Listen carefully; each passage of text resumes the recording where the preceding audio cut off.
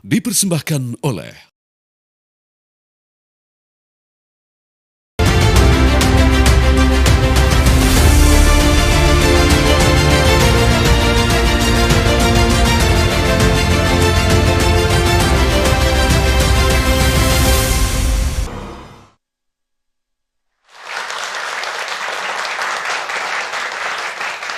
Assalamualaikum warahmatullahi wabarakatuh. Sejarah akan terukir malam hari ini kurang dari 2 jam kita akan mendengarkan bersama setelah 10 tahun absen.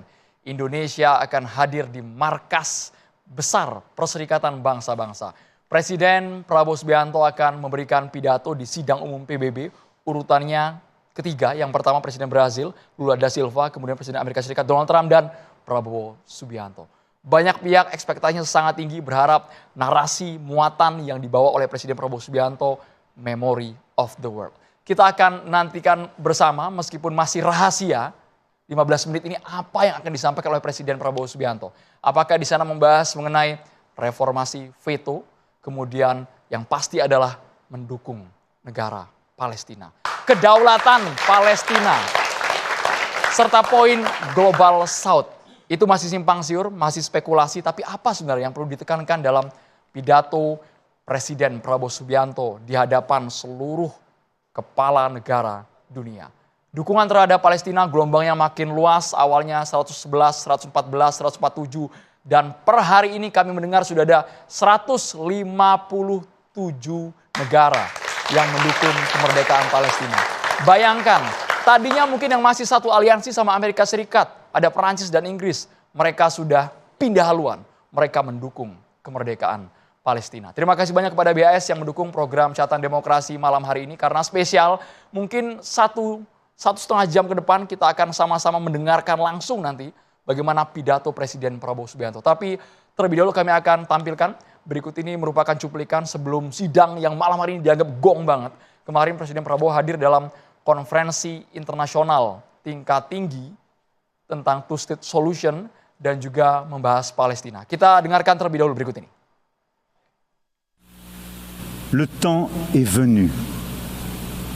C'est pourquoi, fidèle à l'engagement historique de mon pays au Proche-Orient, pour la paix entre le peuple israélien et le peuple palestinien, je déclare que la France reconnaît aujourd'hui l'État de Palestine.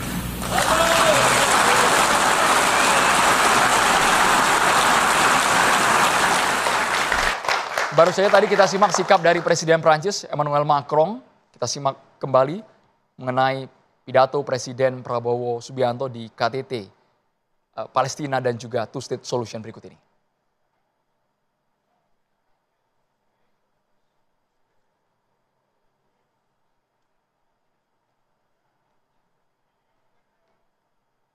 Inilah negara-negara yang sudah mendukung Palestina merdeka.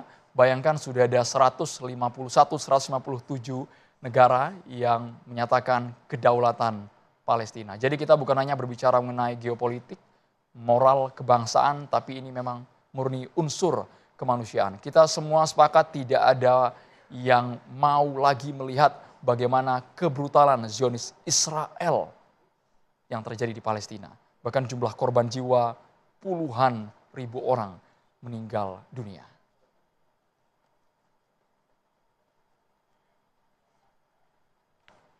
Langsung saya akan kenalkan satu persatu. Inilah para narasumber yang sudah bergabung di Catatan Demokrasi malam hari ini. Ada Direktur Eksekutif Jaringan Moderat Indonesia yang sudah lama tidak ke Catatan Demokrasi. Assalamualaikum, Mas Islah Bahrawi. Waalaikumsalam warahmatullahi wabarakatuh. Sehat, Mas? Sehat, alhamdulillah. Jelas ya Mas, sikap untuk Palestina jelas ya? Oh jelas. No kompromis. Tidak ada kompromistis untuk Palestina. Kemudian Kiai Haji Holil Nafis, Ketua Bidang Dakwah dan Ukhuwah MUI Pusat. Pak Kiai, free Palestine Pak Kiai ya? Ya, free. Harus Merdeka. malam hari ini kita tunjukkan meskipun ada yang punya tombol merah veto Amerika Serikat. Itu yang kita takutkan ketika AS sudah menggunakan vetonya. Kemudian kami juga harus digoyang itu. Nah itu dia. Kami juga menghadirkan pengamat politik luar negeri UI, Prof. Susi Sudarman. Assalamualaikum, selamat malam Prof. Susi. Terima kasih. Sehat Prof ya. Prof. Susi juga cukup kencang narasinya untuk menjunjung tinggi kemerdekaan Palestina. Terima kasih banyak Prof. Susi. serta pengamat geopolitik Timur Tengah Universitas Pajajaran, Ibu Dina Sulaiman. Assalamualaikum Ibu Dina Sulaiman. Selamat malam. Sudah menyala semua mic-nya, dan juga pengamat Timur Tengah kita, Pak Nasir Tamara. Selamat malam, Pak Nasir. Pak Nasir juga sepertinya kalau berbicara mengenai kemerdekaan Palestina tidak ada kompromi, Pak ya. Meskipun tanpa kompromi sama sekali. Meskipun kami sangat berharap menerjemahkan, mengejawantakan two-state solution yang dimaksud oleh Prabowo Subianto itu seperti apa. Saya boleh terlebih dahulu ke Mas Islah dulu, Mas. Terima kasih Mas Andrew. Melihat beberapa perkembangan grid shifting belakangan ini ya, sebenarnya saya punya dua perspektif gitu ya. Kita bisa berbicara bahwa ini adalah optimistik baru yang terjadi. Karena begini, kalau kita bicara tentang konflik Israel dan Palestina, sebenarnya bidan dari kelahiran konflik ini justru negara-negara besar Eropa yang hari ini mengakui kemerdekaan Palestina. Itu sebenarnya berawal dari mereka semua carut-marut ini. Ini kan warisan kolonial sebenarnya. Jadi mulai dari Sykes-Picot sampai deklarasi Arthur Balfour, itu kan sebenarnya adalah produk-produk Inggris dan Prancis yang melakukan hengki-pengki lalu kemudian berusaha mengkotak-kotakan berbagai negara di Arab, termasuk juga lahirnya konflik Palestina dan Israel ini. Optimistik saya adalah ternyata dua negara yang justru menjadi pemicu awal dari konflik ini kemudian mengakui eksistensi dari the existence of Palestine. Prancis dan Inggris, dan juga ditambah Kanada, Australia dan sebagainya. Tapi kalau kita bicara Kanada dan Australia ini oke lah, itu tadinya itu mereka adalah antek-antek yang selama ini kita anggap sebagai resiliensinya Israel. Tapi kan ketika Inggris dan Prancis juga bersepakat untuk mengakui Palestina sebagai sebuah negara, ini rasa optimis itu kemudian muncul gitu. Karena mereka lah yang membuat konflik ini sebenarnya pasca keruntuhan Kekaisaran Utsmani. Tapi buat saya ada juga pesimisnya. Pengakuan-pengakuan mereka ini kan sebenarnya adalah pengakuan yang bisa dibilang pengakuan yang sudah terjadi berlapis-lapis. Artinya kita itu dibohongi berkali-kali juga oleh kelompok-kelompok seperti ini. Dan yang kedua adalah persoalan yang terbesar yang membuat saya agak pesimis adalah persoalan teritorial. Bisa jadi negara-negara besar itu, kecuali Amerika, Israel dan beberapa negara-negara perintil ante-ante itu tidak mengakui Palestina gitu ya. Tapi apakah Palestina itu betul-betul punya wilayah yang berdaulat? Apakah dia menjadi negara yang punya kedaulatan penuh untuk bisa menjaga teritorialnya dari invasi Israel? Apakah bangsa Palestina ini siap dengan dua wilayah yang terpisah antara Gaza dan tepi barat? Bagaimana dengan posisi Hamas dan Mahmud Abbas? Bagaimana dengan berbagai perpecahan yang mulai terjadi di tepi barat dan sebagainya? Ini adalah persoalan-persoalan yang masih jauh ke depan yang harus kita pikirkan. Artinya pengakuan bahwa Palestina sebagai negara itu bukan keputusan-keputusan final. Masih ada beberapa pekerjaan lanjutan yang harus diselesaikan oleh dunia hari ini. Kita tahu bahwa Netanyahu ditetapkan sebagai war criminal. Apa akhirnya? Belum ada tindakan apa-apa dari penjahat dunia. Perang, cap dunia sudah jelas. Exactly. Jadi apalagi tentang ini, kita bisa berbicara full of optimistic kalau ternyata keanggotaan Palestina di PBB sebagai anggota penuh, punya hak suara dan sebagainya. Ini kan masih belum diratifikasi keanggotaan Palestina dan sebagainya. Mudah-mudahan adanya Pak Prabowo di sana dan juga beberapa pemimpin dunia ini punya solusi baru. Tapi jangan hanya dipikirkan tentang independence of Palestine saja. Bagaimana bangsa Palestina itu harus siap dengan situasi politik hari ini dan ke depan. Kalau kita lihat banyak negara-negara yang pada akhirnya ketika dia bersusah payah berjuang untuk satu kemerdekaan, setelah dia merdeka ternyata dia sibuk bertikai sendiri. Sama seperti Emirat Afghanistan misalnya. Nah ini adalah persoalan-persoalan berikutnya yang harus dipikirkan oleh dunia, tapi saya memang agak saya sayangkan kemarin pidatonya Pak Prabowo, kalau saya tidak salah mendengar, tidak ada kata genosida satupun. Sayang sekali. Padahal yang terjadi di Gaza itu adalah genosida. Kita punya rekamannya, kalau memungkinkan rekamannya diputar kembali, apakah memungkinkan? Atau saya salah dengar ya, karena saya dengarnya hanya di YouTube ya. Jadi saya nggak tahu, tapi yang ada adalah against humiliation of human dan segala macam, kayak kurang lebih seperti itu ya. Cuplikan Tapi tersebut sudah kami siapkan. Apakah memungkinkan diputar sekarang? mungkin nggak ada genosidenya. Kalau yang saya dengar di mobil itu secara utuh, kayaknya kok nggak ada genosida. Dengan Gitu. durasi Padahal sekitar 5 menit kemarin. Lebih sebenarnya, tapi Iya. yang kami miliki dengan akhirnya artinya mic-nya sudah mati 5 sendiri karena menitan. memang di luar durasi yang ditentukan di PBB. Tapi pada intinya adalah pidato Pak Prabowo hari ini, kemarin itu yang di New York itu adalah refinement of standing position dari Indonesia. Setelah 10 tahun kita tidak punya pemimpin yang berpidato di sana, dan sekali tampil Pak Prabowo menurut saya sangat mengagumkan karena dia mempertegas posisi Indonesia, dan apalagi di situ ada gertakannya gitu ya. Kita akan mengakui Israel sebagai negara kalau Israel mengakui Palestina sebagai negara yang merdeka. Nah itu keren banget tuh. Keren banget. Bu Dina Sulaiman, tanggapannya terlebih dahulu Ibu sebelum kita menunggu 1 jam lagi ke depan. Ya baik, saya mau menyambung dari Mas Islah tadi. Kalau saya justru berbeda pendapat ya dari sisi pernyataan bahwa Indonesia mau mengakui Israel, seandainya Israel mau mengakui Palestina. Buat saya itu sebuah absurditas dari sisi bahwa yang namanya kemerdekaan itu kan tanpa syarat ya, hak tanpa syarat. Jadi kalau kita menggunakan narasi itu, seolah kita menjadikan kemerdekaan ini adalah sesuatu yang kondisional. Padahal seharusnya sudah berikan saja, tak perlu ada syarat. Apalagi sejalan juga dengan yang tadi disampaikan oleh Mas Islah. Kalau sudah diakui, so what gitu kan? Apa diakui? Sekarang juga ada 152 tadi negara yang sudah mengakui, terus apa gitu kan? Karena yang namanya pengakuan seharusnya diikuti dengan implementasi, kan gitu ya. Ketika kita sudah mengakui Palestina menjadi sebuah negara merdeka, artinya kita juga harus melakukan hal-hal yang menegakkan kemerdekaan itu. Misalnya sekarang Palestina di Yerusalem diduduki oleh Israel, di tepi barat diduduki oleh Israel, di Gaza digenosida oleh Israel. Terus kita hanya mengakui saja tapi nggak melakukan hal-hal yang konkret, dan itu sudah dilakukan oleh semuanya. Dan ini yang dikritik oleh reporter khusus PBB Francesca Albanese ya. Kalau memang mengakui, berarti segera lakukan sesuatu hal yang bisa menegakkan hak atau konsekuensi dari pengakuan itu. Apa yang disampaikan oleh Francesca, usulan konkretnya dan menurut saya itu sangat bagus adalah ya hentikan sekarang kerjasama hubungan dagang, baik resmi atau tidak resmi, kerjasama yang diam-diam apapun terbuka, hentikan semuanya kerjasama dengan Israel. Dan itu dilakukan oleh semuanya, terutama suplai senjata dari negara-negara besar.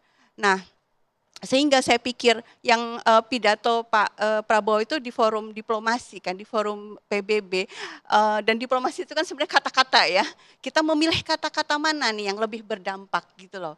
Saya pikir seharusnya jangan kata-kata itulah yang dipilih. Bahkan harusnya kita bicara soal hentikan genosida tadi, betul sekali. Harusnya kita bicara lebih heroik lagi, lebih anti kolonialisme lagi, itu jauh lebih berdampak. Kita tunggu malam hari ini siapa tahu akan lebih heroik, lebih menggelegar lagi betul. Dibandingkan yang kemarin ya. Ya, Ibu saya Dina. harapnya seperti itu. Baik, saya boleh ke Pak Kiai Holil Nafis. Sekarang ada pernyataan yang luar biasa juga, tantangan, ancaman dari PM Israel, Netanyahu. Kalau negara-negara ini sudah mengakui kemerdekaan Palestina, saya akan membalas. Pemukiman Yahudi akan kami perlebar ke Yudea, ke Samaria. Saya bukan karena duduknya sama dengan Mas Islah ya. Tapi saya sependapat Bu dengan Mas Islah bahwa kata-kata Pak Presiden, saya akan mengakui kemerdekaan Palestina kalau Israel mengakui terhadap kemerdekaannya Israel kalau Israel mengakui terhadap Palestina. Saya pikir itu kata-kata yang satire ya. Kalau Anda bicara tentang bagaimana tentang kemerdekaan, demokrasi, bicara soal kemanusiaan, sementara Anda tidak memanusiakan manusia, sebuah syarat kami akan bisa bekerja sama dengan orang yang menghargai itu. Bukan berarti bahwa kemerdekaan itu bersyarat, tidak. Tetapi bahasa satire yang disampaikan oleh Pak Presiden. Saya sendiri ketika membaca itu terus terang aja, bukan memaknai tentang kemerdekaan itu bersyarat, tidak. Tapi pilihan kata yang cukup berdampak menurut saya. Memukul terhadap perilakunya Israel, meskipun Israel tak pernah mengakui terhadap kesalahan itu. Itu. Yang kedua berkenaan dengan, ya memang ketika membalasnya dari Amerika, dari Israel, Netanyahu mengatakan, dia gak akan pernah mengakui terhadap Palestina gitu ya. Kemudian dari 150 negara, awalnya di 142 negara, yang 10 menolak, 12 abstain. Masa dari 100 sekian itu kalah dengan yang 10. Dan yang 10 akhirnya cuma Israel dengan Amerika saja yang memainkan, yang lain cuma antek-anteknya saja. kalau bicara soal hak asasi manusia, bicara soal kemerdekaan, bicara soal bagaimana kita membangun kebersamaan, saya pikir itu dunia sudah, menurut saya sudah tidak sehat ya. Bagaimana ada hak veto di situ, bicara soal demokrasi, suara terbesar, suara terbanyak.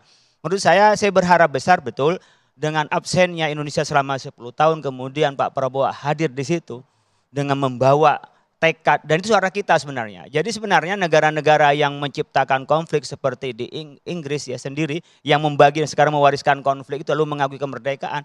Saya juga masih ragu dengan mereka apakah benar mengakui kemerdekaan atau yang menciptakan konflik baru. Karena memang suara dunia di mana-mana ya tak bisa dihindari sekarang dengan media sosial yang orang bisa langsung live melihatnya. Orang melihat bagaimana kemanusiaan. Bagaimana orang tidak bicara soal agama, nggak bicara lagi soal lintas negara, tidak. Tapi bicara soal kemanusiaan. Bagaimana genosida yang di Gaza, bagaimana orang-orang yang dibikin lapar lalu mati dan bantuan tidak bisa masuk. Saya pikir kalau masih waras kemanusiaan pasti mengatakan ini adalah tidak manusiawi. Nah, oleh karena itu saya pikir ketika negara-negara itu seperti Australia mengakui umpamanya sebagai bagian kan dari Inggris juga mengakui terhadap kemerdekaan Palestina. Saya pikir kan sudah tidak kuat dengan desakan penduduknya kepada masyarakat rakyatnya. Rakyatnya demo besar-besaran kok tanpa digerakkan apa-apa tapi digerakkan oleh kemanusiaan. Jadi saya berpikir ini khawatir menciptakan adalah konflik baru dan hanya menciptakan pemanasan tentang perang dunia juga barangkali. Kenapa merasa besar lalu mereka rame-rame memusuhi Amerika dan Israel dan nyatanya mereka dan kita tidak bisa lepas dari cengkeraman Amerika dan Israel itu. Pak Nasir Tamara. Rasanya dunia tidak harus tinggal diam Pak sekarang, mereka harus bergerak meskipun terkesan kita dibuat putus asa gara-gara negara yang memiliki hak veto yang bisa tiba-tiba mengubah semua keputusan ratusan kepala negara. Pak Nasir Tamara, bisa digunakan mic-nya.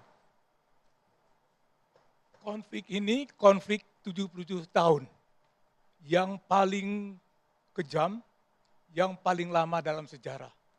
Yang ditangani oleh PBB sejak 48. Dan PBB selama 70 tahun tidak berhasil. Boleh lebih dekat lagi Pak? Tidak berhasil membuat Palestina dan Israel berdamai dan berada di dalam posisi dua negara yang sama-sama berdaulat. Jadi karena konflik itu begitu dalam dan melibatkan dunia Arab, dunia Islam, Kristen, Yahudi, sedunia, kita tidak bisa dan mustahil kalau kita menuju sebuah solusi yang cepat. Karena Timur Tengah itu penuh dengan ketidakpastian, penuh dengan dendam. Itu dari sejak Perang Salib, Bung. Berapa abad yang lalu. Dan itu masih ada di dalam memori orang, memori kolektif dari bangsa Arab, bangsa Yahudi semuanya. Dan itu ada di dalam kitab-kitab suci juga. Permasalahan-permasalahan itu, semua kitab suci berbicara. Jadi apa yang kita lakukan, bisa kita lakukan dan Presiden Prabowo lakukan, itu sudah sangat bagus. Jadi kita tidak bisa meminta sesuatu yang maksimum, optimum pada saat ini, tapi memahami sejarah. Saya melihat bahwa tentunya jangan sampai perubahan sikap dari negara-negara NATO, pemilik nuklir seperti Perancis dan Inggris yang dulunya itu sesudah Perang Dunia Pertama itu menguasai Timur Tengah ya, membagi-bagi Timur Tengah itu, yang tadinya membela Israel sekarang berubah pendapat. Dan ini sudah sangat bagus. Kalau saya melihat yang perlu dilakukan adalah terus melakukan tekanan terhadap Israel. Pertama, bukan hanya boikot ekonomi, tapi juga terutama boikot dari militer. Jadi Israel itu tidak independen dengan senjatanya. Mereka mengimpor dari Inggris, mengimpor dari Amerika Serikat, dari banyak negara. Dan mereka juga secara ekonomi tidak kuat. Tumpuan Israel satu-satunya adalah Amerika Serikat. Jadi bagaimana, berapa lama Israel bisa bertahan? Karena perubahan sikap masyarakat Amerika sendiri. Yang tadinya mayoritasnya mendukung Israel, sekarang itu mayoritasnya yang begitu saya baca sudah membenci Israel ke arah situ. Saya memilih kata-kata satu membenci karena harus memilihnya. Ini suatu perubahan luar biasa. Jadi apa yang dicapai hari ini, dalam sidang umum hari ini di mana presiden kita bicara, suatu hasil maksimal. Dan kehadiran kita setelah 10 tahun absen, itu menunjukkan bahwa kita kembali menjadi tokoh utama hubungan internasional. Kita sekali lagi membuktikan bahwa kita bisa menggerakkan konferensi Asia Afrika, membangun gerakan blok Asia Afrika, pemimpin dunia di bawah Soekarno.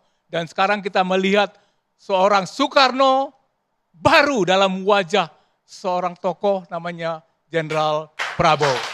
Dunia inginnya bukan hanya sebatas kecaman, seruan, tapi ada tindakan nyata. Gencatan senjata segera dilakukan. Sesaat lagi kita akan bahas hanya di Catatan Demokrasi.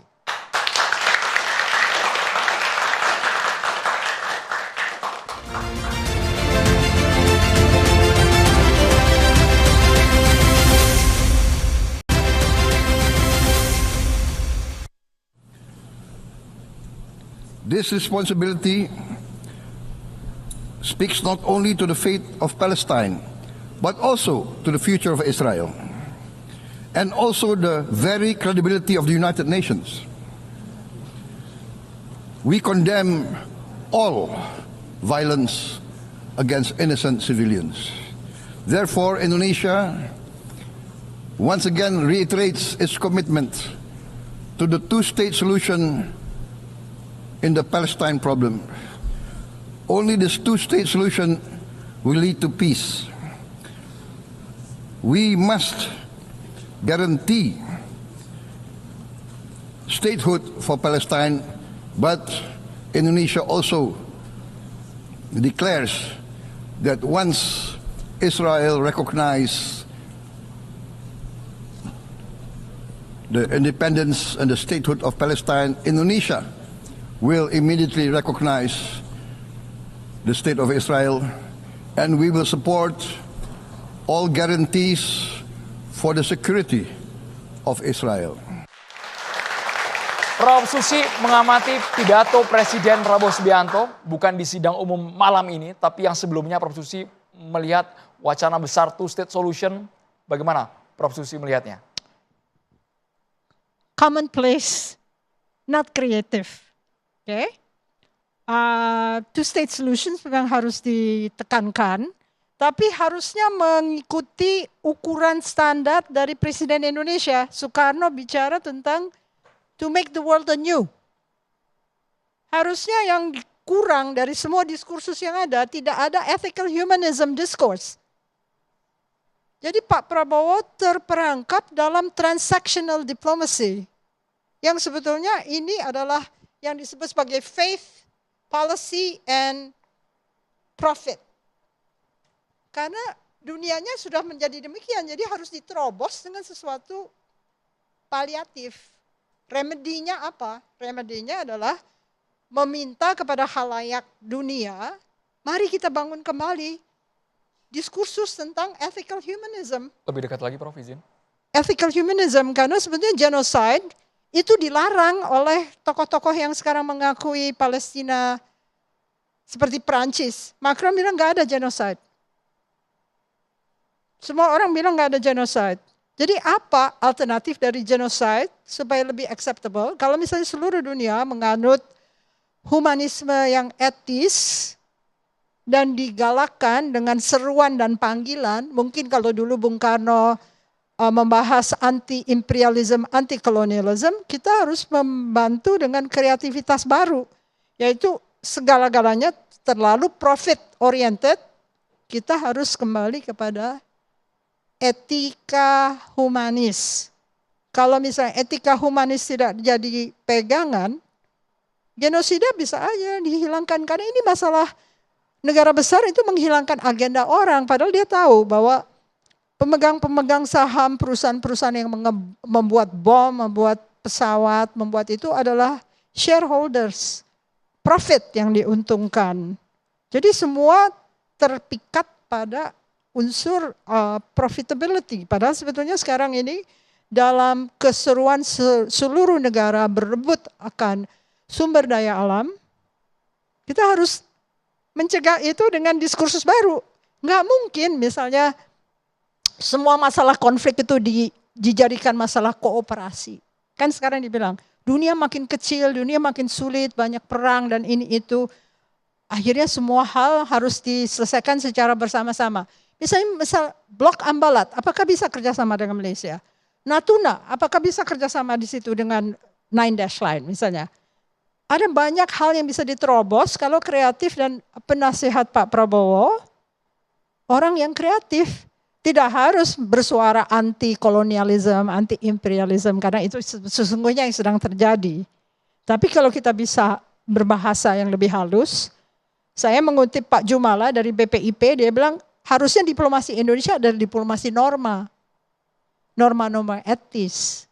Nah ini nggak kelihatan, karena sebetulnya hanya mengulang kembali bahwa kami mendukung two-state solutions, tapi diskursus yang menggelora itu tidak ada nadanya. Kalau Bung Karno kan jelas dia, new emerging forces, anti-old forces gitu ya. Lalu dia anti-imperialism, lalu dia bilang anti-proliferasi dari senjata-senjata pemusnah. Tapi ini sama sekali hanya mengulang kembali apa yang sudah disebut di Camp David tentang two-state solution. Bisa dikatakan two-state solution untuk menghindari perang besar, Prof. Susi? Dalam kondisi hegemoni, dalam kondisi sudah dilumatkan bangsa lain, apakah bisa? Sekarang masalahnya possibility-nya ada nggak? Tapi kalau kita bicara tentang ethical humanism, sebagai satu terobosan, mungkin bisa di-accept, bisa diterima oleh segala macam negara, dan akhirnya mereka harus mengakui bahwa apa yang mereka lakukan itu sebetulnya melanggar etika humanis. Ya.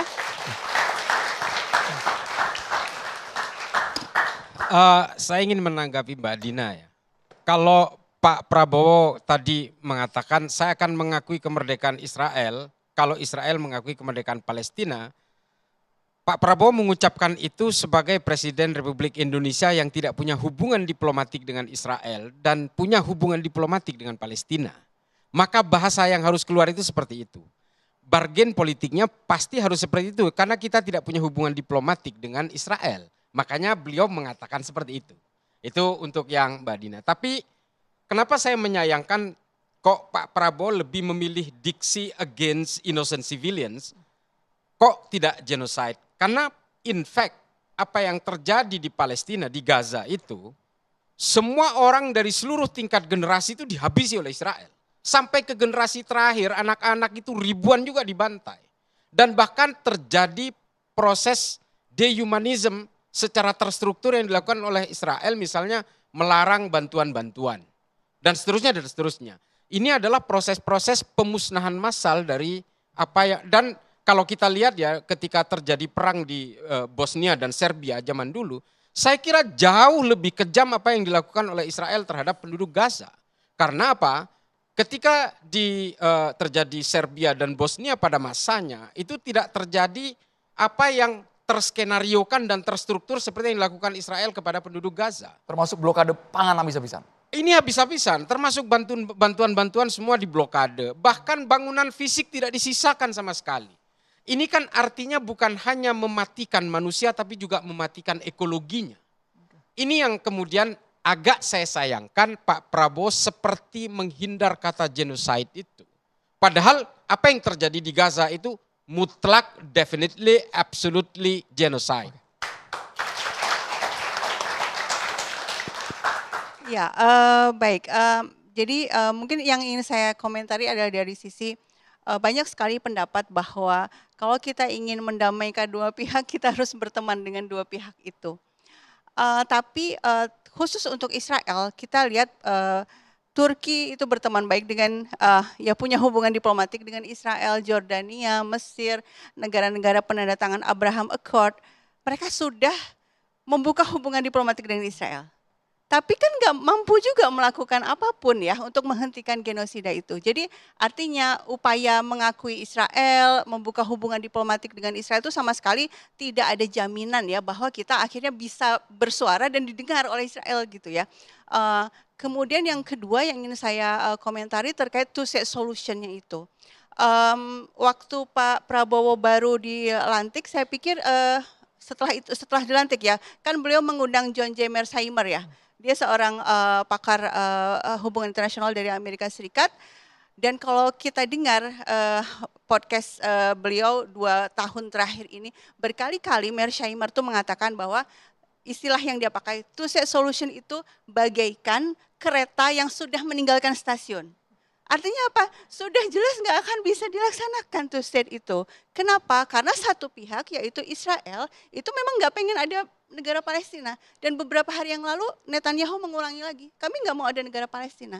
Jadi kita ngomong two-state itu kayak mengulang-ulangi kata-kata yang udah jelas 77 tahun nggak terlaksanakan, dari pihak Israel juga nggak mau. Kenapa kok nggak mau? Ini juga saya ngutip dari Mearsheimer, ya karena Israel itu memang yang dia inginkan keseluruhan Palestina. Jadi alternatif jaminannya apa kalau memang dianggap ini dicabasi? Nah itu yang perlu kita diskusikan, dan sebenarnya di luar sana sudah banyak didiskusikan.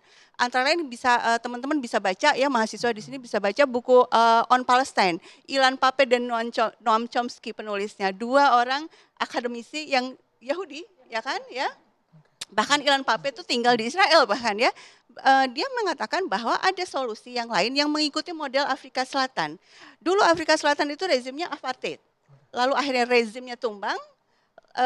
Karena apa tumbangnya? Diboikot rame-rame oleh dunia internasional dan dibentuk pemerintahan baru yang menegakkan hak warga kulit putih dan kulit hitam secara demokratis. Nah, model ini yang diusulkan jadi one state tapi demokrasi. Yang masyarakat di sana mau dia Yahudi, Muslim, Kristen, semuanya itu punya hak yang sama. Dan para pengungsi Palestina diberi hak untuk kembali.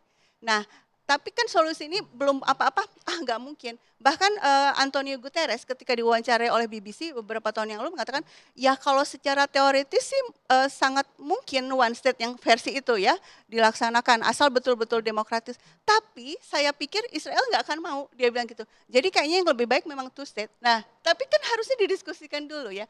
Jangan tiba-tiba mengatakan, ya Israel nggak akan mau, ya memang rezim Zionis nggak akan mau.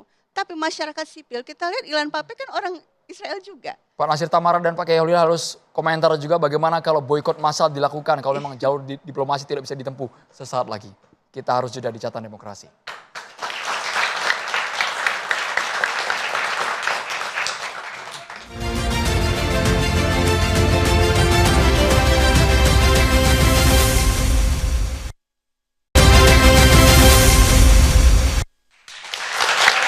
Tamara, masa nunggu rezim berganti baru perang berakhir, Pak Nasir Tamara? Perang itu bisa dihentikan.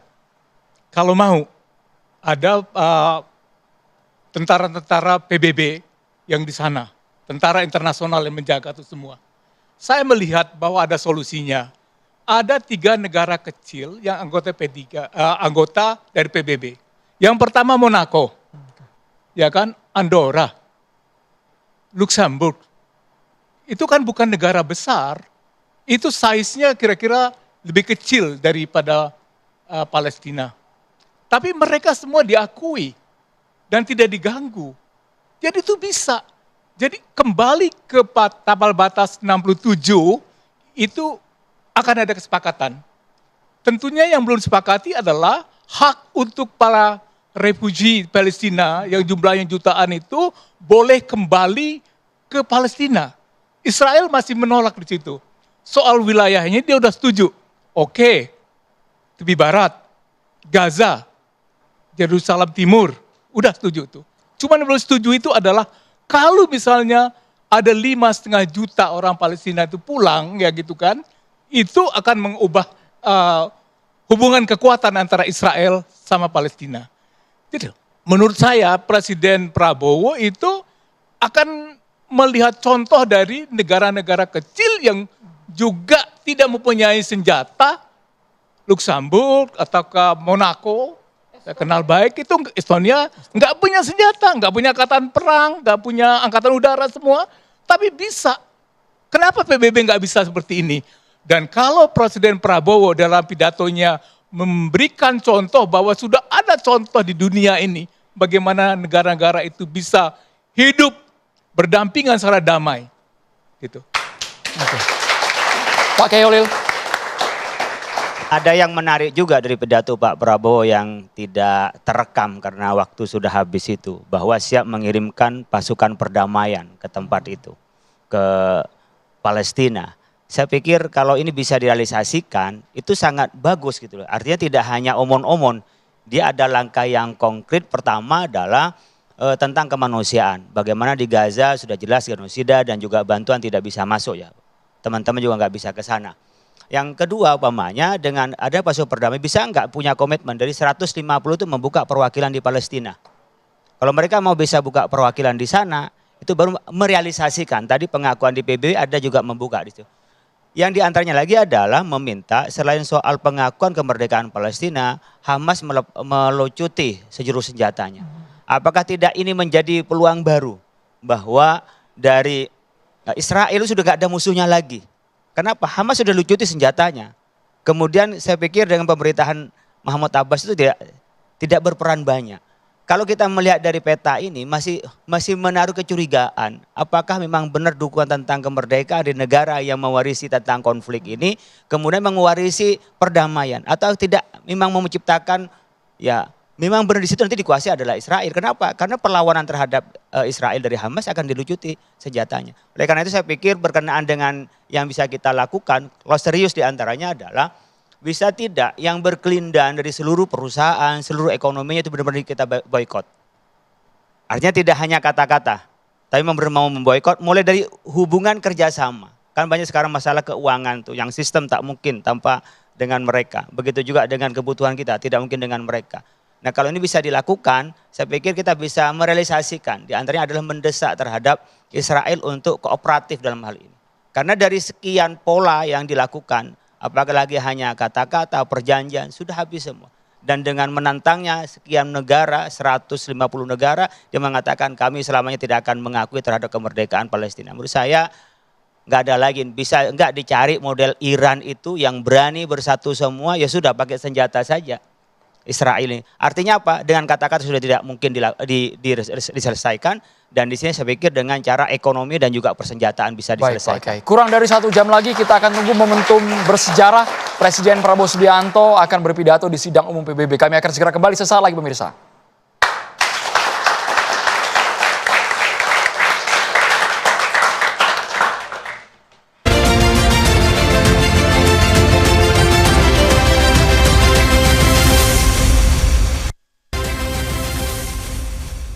Dipersembahkan oleh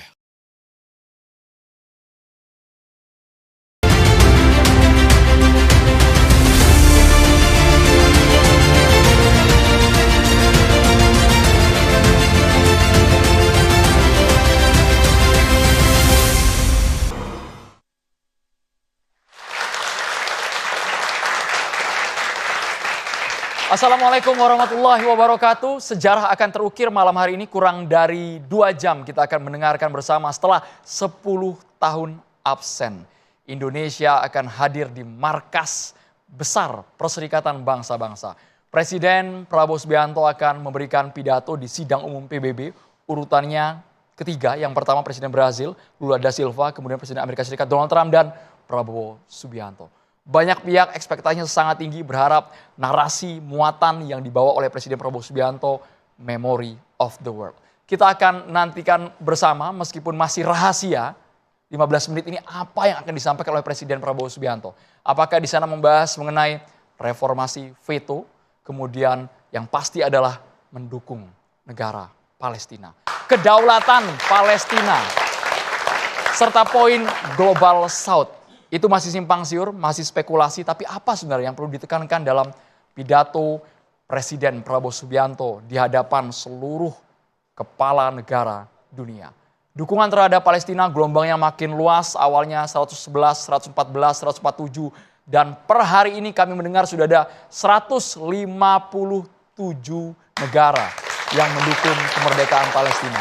Bayangkan, tadinya mungkin yang masih satu aliansi sama Amerika Serikat, ada Perancis dan Inggris, mereka sudah pindah haluan, mereka mendukung kemerdekaan Palestina. Terima kasih banyak kepada BAS yang mendukung program Catatan Demokrasi malam hari ini, karena spesial mungkin satu setengah jam ke depan kita akan sama-sama mendengarkan langsung nanti bagaimana pidato Presiden Prabowo Subianto. Tapi terlebih dahulu kami akan tampilkan, berikut ini merupakan cuplikan sebelum sidang yang malam hari ini dianggap gong banget. Kemarin Presiden Prabowo hadir dalam konferensi internasional tingkat tinggi tentang two-state solution dan juga membahas Palestina. Kita dengarkan terlebih dahulu berikut ini.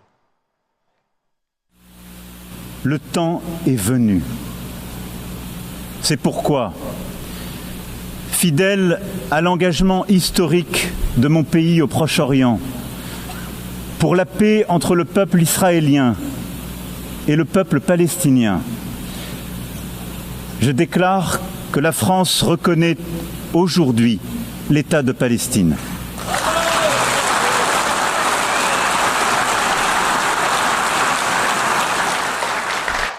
Baru saja tadi kita simak sikap dari Presiden Prancis Emmanuel Macron. Kita simak kembali mengenai pidato Presiden Prabowo Subianto di KTT Palestina dan juga two-state solution berikut ini.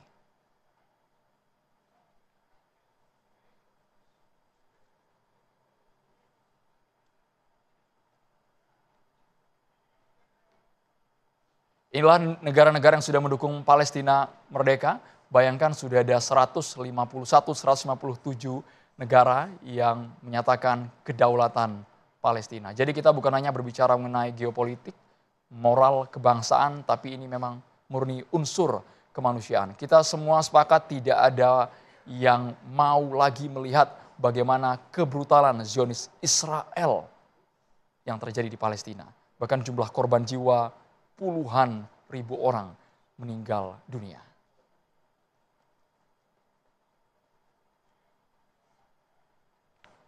Langsung saya akan kenalkan satu persatu. Inilah para narasumber yang sudah bergabung di Catatan Demokrasi malam hari ini. Ada Direktur Eksekutif Jaringan Moderat Indonesia yang sudah lama tidak ke Catatan Demokrasi. Assalamualaikum, Mas Islah Bahrawi. Waalaikumsalam warahmatullahi wabarakatuh. Sehat, Mas? Sehat, alhamdulillah. Jelas ya, Mas, sikap untuk Palestina jelas ya? Oh jelas. No kompromis. Tidak ada kompromistis untuk Palestina. Kemudian Kiai Haji Holil Nafis, Ketua Bidang Dakwah dan Ukhuwah MUI Pusat. Pak Kiai, free Palestine Pak Kiai ya? Ya, free.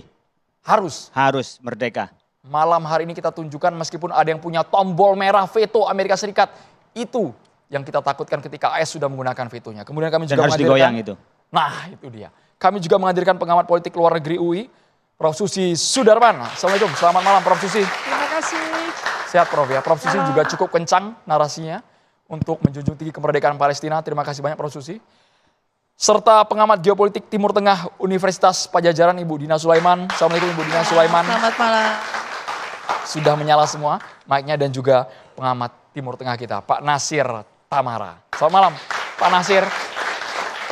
Pak Nasir juga sepertinya kalau berbicara mengenai kemerdekaan Palestina tidak ada kompromi Pak ya. Meskipun tanpa kompromi sama sekali. Meskipun kami sangat berharap menerjemahkan, mengejawantakan two-state solution yang dimaksud oleh Prabowo Subianto itu seperti apa. Saya boleh terlebih dahulu ke Mas Islah dulu Mas. Terima kasih Mas Andrew. Melihat beberapa perkembangan grid shifting belakangan ini ya. Sebenarnya saya punya dua perspektif gitu ya. Kita bisa berbicara bahwa ini adalah optimistik baru yang terjadi. Karena begini, kalau kita bicara tentang konflik Israel dan Palestina, sebenarnya bidan dari kelahiran konflik ini justru negara-negara besar Eropa yang hari ini mengakui kemerdekaan Palestina. Itu sebenarnya berawal dari mereka semua carut-marut ini. Ini kan warisan kolonial sebenarnya. Jadi mulai dari Sykes-Picot sampai deklarasi Arthur Balfour, itu kan sebenarnya adalah produk-produk Inggris dan Prancis yang melakukan hengki-pengki lalu kemudian berusaha mengkotak-kotakan berbagai negara di Arab termasuk juga lahirnya konflik Palestina dan Israel ini. Optimistik saya adalah ternyata dua negara yang justru menjadi pemicu awal dari konflik ini kemudian mengakui eksistensi dari the existence of Palestine. Prancis dan Inggris dan juga ditambah Kanada, Australia dan sebagainya. Tapi kalau kita bicara Kanada dan Australia ini oke lah itu tadinya itu mereka adalah antek-antek yang selama ini kita anggap sebagai resiliensinya Israel. Tapi kan ketika Inggris dan Prancis juga bersepakat untuk mengakui Palestina sebagai sebuah negara, ini rasa optimis itu kemudian muncul gitu. Karena mereka lah yang membuat konflik ini sebenarnya pasca keruntuhan Kekaisaran Utsmani. Tapi buat saya ada juga pesimisnya. Pengakuan-pengakuan mereka ini kan sebenarnya adalah pengakuan yang bisa dibilang pengakuan yang sudah terjadi berlapis-lapis. Artinya kita itu dibohongi berkali-kali juga oleh kelompok-kelompok seperti ini. Dan yang kedua adalah persoalan yang terbesar yang membuat saya agak pesimis adalah persoalan teritorial. Bisa jadi negara-negara besar itu, kecuali Amerika, Israel dan beberapa negara-negara perintil ante-ante itu tidak mengakui Palestina gitu ya. Tapi apakah Palestina itu betul-betul punya wilayah yang berdaulat? Apakah dia menjadi negara yang punya kedaulatan penuh untuk bisa menjaga teritorialnya dari invasi Israel? Apakah bangsa Palestina ini siap dengan dua wilayah yang terpisah antara Gaza dan tepi barat? Bagaimana dengan posisi Hamas dan Mahmud Abbas? Bagaimana dengan berbagai perpecahan yang mulai terjadi di tepi barat dan sebagainya? Ini adalah persoalan-persoalan yang masih jauh ke depan yang harus kita pikirkan. Artinya pengakuan bahwa Palestina sebagai negara itu bukan keputusan-keputusan final. Masih ada beberapa pekerjaan lanjutan yang harus diselesaikan oleh dunia hari ini. Kita tahu bahwa Netanyahu ditetapkan sebagai war criminal. Apa akhirnya? Belum ada tindakan apa-apa dari penjahat dunia. perang, cap dunia sudah jelas. Exactly. Jadi apalagi tentang ini, kita bisa berbicara full of optimistic kalau ternyata keanggotaan Palestina di PBB sebagai anggota penuh. Punya hak suara dan sebagainya. Ini kan masih belum diratifikasi keanggotaan Palestina dan sebagainya. Mudah-mudahan adanya Pak Prabowo di sana dan juga beberapa pemimpin dunia ini punya solusi baru. Tapi jangan hanya dipikirkan tentang independence of Palestine saja. Bagaimana bangsa Palestina itu harus siap dengan situasi politik hari ini dan ke depan. Kalau kita lihat banyak negara-negara yang pada akhirnya ketika dia bersusah payah berjuang untuk satu kemerdekaan, setelah dia merdeka ternyata dia sibuk bertikai sendiri. Sama seperti Emirat Afghanistan misalnya. Nah ini adalah persoalan-persoalan berikutnya yang harus dipikirkan oleh dunia. Tapi saya memang agak saya sayangkan kemarin pidatonya Pak Prabowo, kalau saya tidak salah mendengar, tidak ada kata genosida satupun. Sayang sekali. Padahal yang terjadi di Gaza itu adalah genosida. Kita punya rekamannya, kalau memungkinkan rekamannya diputar kembali, apakah memungkinkan? Atau saya salah dengar ya, karena saya dengarnya hanya di YouTube ya. Jadi saya nggak tahu, tapi yang ada adalah against humiliation of human dan segala macam, kayak kurang lebih seperti itu ya. Cuplikan Tapi tersebut sudah kami siapkan, apakah memungkinkan diputar sekarang? mungkin nggak ada genosidenya. Kalau yang saya dengar di mobil itu secara utuh, kayaknya kok nggak ada genosida. Dengan gitu. durasi Padahal sekitar 5 menit kemarin. Lebih sebenarnya, tapi Iya. yang kami miliki dengan akhirnya artinya mic-nya sudah mati 5 sendiri menitan. karena memang di luar durasi yang ditentukan di PBB. Tapi pada intinya adalah pidato Pak Prabowo hari ini kemarin itu yang di New York itu adalah refinement of standing position dari Indonesia. Setelah 10 tahun kita tidak punya pemimpin yang berpidato di sana dan sekali tampil Pak Prabowo menurut saya sangat mengagumkan karena dia mempertegas posisi Indonesia. Dan apalagi di situ ada gertakannya gitu ya. Kita akan mengakui Israel sebagai negara kalau Israel mengakui Palestina sebagai negara yang merdeka. Nah itu keren banget tuh. Keren banget. Bu Dina Sulaiman, tanggapannya terlebih dahulu Ibu sebelum kita menunggu 1 jam lagi ke depan. Ya baik, saya mau menyambung dari Mas Islah tadi. Kalau saya justru berbeda pendapat ya dari sisi pernyataan bahwa Indonesia mau mengakui Israel, seandainya Israel mau mengakui Palestina. Buat saya itu sebuah absurditas dari sisi bahwa yang namanya kemerdekaan itu kan tanpa syarat ya, hak tanpa syarat. Jadi kalau kita menggunakan narasi itu seolah kita menjadikan kemerdekaan ini adalah sesuatu yang kondisional. Padahal seharusnya sudah berikan saja, tak perlu ada syarat. Apalagi sejalan juga dengan yang tadi disampaikan oleh Mas Islah. Kalau sudah diakui, so what gitu kan? Apa diakui? Sekarang juga ada 152 tadi negara yang sudah mengakui, terus apa gitu kan? Karena yang namanya pengakuan seharusnya diikuti dengan implementasi, kan gitu ya. Ketika kita sudah mengakui Palestina menjadi sebuah negara merdeka, artinya kita juga harus melakukan hal-hal yang menegakkan kemerdekaan itu. Misalnya sekarang Palestina di Yerusalem diduduki oleh Israel, di tepi barat diduduki Israel, di Gaza digenosida oleh Israel. Terus kita hanya mengakui saja tapi nggak melakukan hal-hal yang konkret, dan itu sudah dilakukan oleh semuanya. Dan ini yang dikritik oleh reporter khusus PBB Francesca Albanese ya. Kalau memang mengakui, berarti segera lakukan sesuatu hal yang bisa menegakkan hak atau konsekuensi dari pengakuan itu. Apa yang disampaikan oleh Francesca, usulan konkretnya dan menurut saya itu sangat bagus adalah ya hentikan sekarang kerjasama hubungan dagang, baik resmi atau tidak resmi, kerjasama yang diam-diam apapun terbuka, hentikan semuanya kerjasama dengan Israel. Dan itu dilakukan oleh semuanya, terutama ini ya suplai senjata dari negara-negara besar. Nah, sehingga saya pikir yang pidato Pak Prabowo itu di forum diplomasi kan, di forum PBB, dan diplomasi itu kan sebenarnya kata-kata ya. Kita memilih kata-kata mana nih yang lebih berdampak gitu loh. Saya pikir seharusnya jangan kata-kata itulah yang dipilih. Bahkan harusnya kita bicara soal hentikan genosida tadi, betul sekali. Harusnya kita bicara lebih heroik lagi, lebih anti kolonialisme lagi, itu jauh lebih berdampak. Kita tunggu malam hari ini siapa tahu akan lebih heroik, lebih menggelegar lagi betul. Dibandingkan yang kemarin ya. Ya, saya harapnya seperti itu. Baik, saya boleh ke Pak Kiai Holil Nafis. Sekarang ada pernyataan yang luar biasa juga, tantangan, ancaman dari PM Israel, Netanyahu. Kalau negara-negara ini sudah mengakui kemerdekaan Palestina, saya akan membalas. Pemukiman Yahudi akan kami perlebar ke Yudea, ke Samaria. Saya bukan karena duduknya sama dengan Mas Islah ya. Tapi saya sependapat dengan Mas Islah bahwa kata-kata Pak Presiden, saya akan mengakui kemerdekaan Palestina kalau Israel mengakui terhadap kemerdekaannya Israel kalau Israel mengakui terhadap Palestina. Saya pikir itu kata-kata yang satire ya. Kalau Anda bicara tentang bagaimana tentang kemerdekaan, demokrasi, bicara soal kemanusiaan, sementara Anda tidak memanusiakan manusia, sebuah syarat kami akan bisa bekerja sama dengan orang yang menghargai itu. Bukan berarti bahwa kemerdekaan itu bersyarat, tidak. Tetapi bahasa satire yang disampaikan oleh Pak Presiden. Saya sendiri ketika membaca itu terus terang aja, bukan memaknai tentang kemerdekaan itu bersyarat, tidak. Tapi pilihan kata yang cukup berdampak menurut saya. Memukul terhadap perilakunya Israel, meskipun Israel tak pernah mengakui terhadap kesalahan itu. Itu. Yang kedua berkenaan dengan, ya memang ketika membalasnya dari Amerika, dari Israel, Netanyahu mengatakan, dia nggak akan pernah mengakui terhadap Palestina gitu ya. Kemudian dari 150 negara, awalnya di 142 negara, yang 10 menolak, 12 abstain. Masa dari 100 sekian itu kalah dengan yang 10.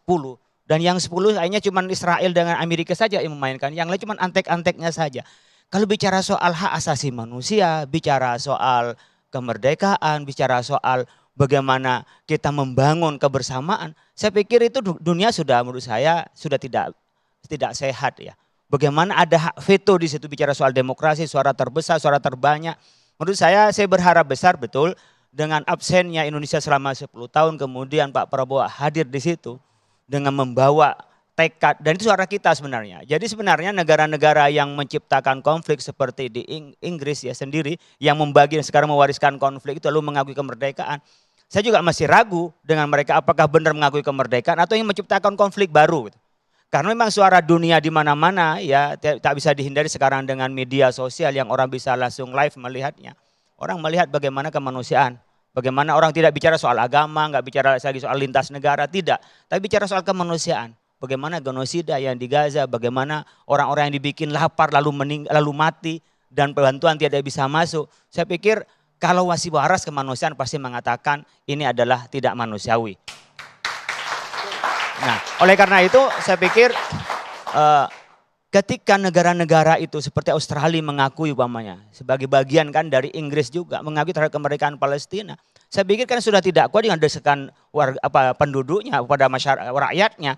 Rakyatnya demo besar-besaran kok tanpa digerakkan apa-apa tapi digerakkan oleh kemanusiaan. Jadi saya berpikir ini khawatir menciptakan adalah konflik baru dan hanya menciptakan pemanasan tentang perang dunia juga barangkali. Kenapa merasa besar lalu mereka rame-rame memusuhi Amerika dan Israel, dan nyatanya mereka dan kita tidak bisa lepas dari cengkeraman Amerika dan Israel itu. Pak Nasir Tamara, rasanya dunia tidak harus tinggal diam Pak sekarang, mereka harus bergerak meskipun terkesan kita dibuat putus asa gara-gara negara yang memiliki hak veto yang bisa tiba-tiba mengubah semua keputusan ratusan kepala negara. Pak Nasir Tamara, bisa digunakan mic-nya. Konflik ini konflik 77 tahun. Yang paling kejam, yang paling lama dalam sejarah. Yang ditangani oleh PBB sejak 48. Dan PBB selama 70 tahun tidak berhasil. Boleh lebih dekat lagi Pak? Tidak berhasil membuat Palestina dan Israel berdamai dan berada di dalam posisi dua negara yang sama-sama berdaulat. Jadi karena konflik itu begitu dalam dan melibatkan dunia Arab, dunia Islam, Kristen, Yahudi, sedunia, kita tidak bisa dan mustahil kalau kita menuju sebuah solusi yang cepat. Karena Timur Tengah itu penuh dengan ketidakpastian, penuh dengan dendam. Itu dari sejak Perang Salib, Bung. Berapa abad yang lalu. Dan itu masih ada di dalam memori orang, memori kolektif dari bangsa Arab, bangsa Yahudi semuanya. Dan itu ada di dalam kitab-kitab suci juga. Permasalahan-permasalahan itu, semua kitab suci bicara.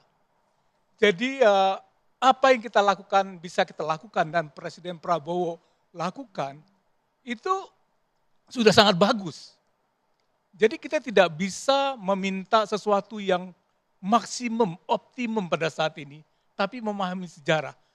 Saya melihat bahwa tentunya jangan sampai perubahan sikap dari negara-negara NATO, pemilik nuklir seperti Perancis dan Inggris, yang dulunya itu sesudah Perang Dunia Pertama itu menguasai Timur Tengah ya, membagi-bagi Timur Tengah itu, yang tadinya membela Israel sekarang berubah pendapat. Dan ini sudah sangat bagus. Kalau saya melihat yang perlu dilakukan adalah terus melakukan tekanan terhadap Israel. Pertama, bukan hanya boikot ekonomi, tapi juga terutama boikot dari militer. Jadi Israel itu tidak independen dengan senjatanya. Mereka mengimpor dari Inggris, mengimpor dari Amerika Serikat, dari banyak negara. Dan mereka juga secara ekonomi tidak kuat. Tumpuan Israel satu-satunya adalah Amerika Serikat.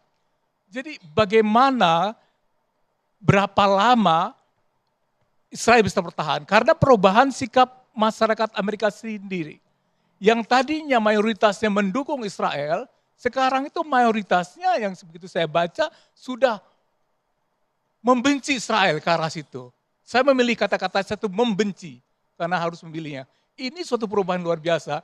Jadi apa yang dicapai hari ini, dalam sidang umum hari ini di mana Presiden kita bicara, suatu hasil maksimal. Dan kehadiran kita setelah 10 tahun absen, itu menunjukkan bahwa kita kembali menjadi tokoh utama hubungan internasional. Kita sekali lagi membuktikan bahwa kita bisa menggerakkan Konferensi Asia Afrika, membangun gerakan blok Asia Afrika, pemimpin dunia di bawah Soekarno. Dan sekarang kita melihat seorang Soekarno baru dalam wajah seorang tokoh namanya Jenderal Prabowo. Dunia inginnya bukan hanya sebatas kecaman, seruan, tapi ada tindakan nyata, gencatan senjata segera dilakukan. Sesaat lagi kita akan bahas hanya di Catatan Demokrasi.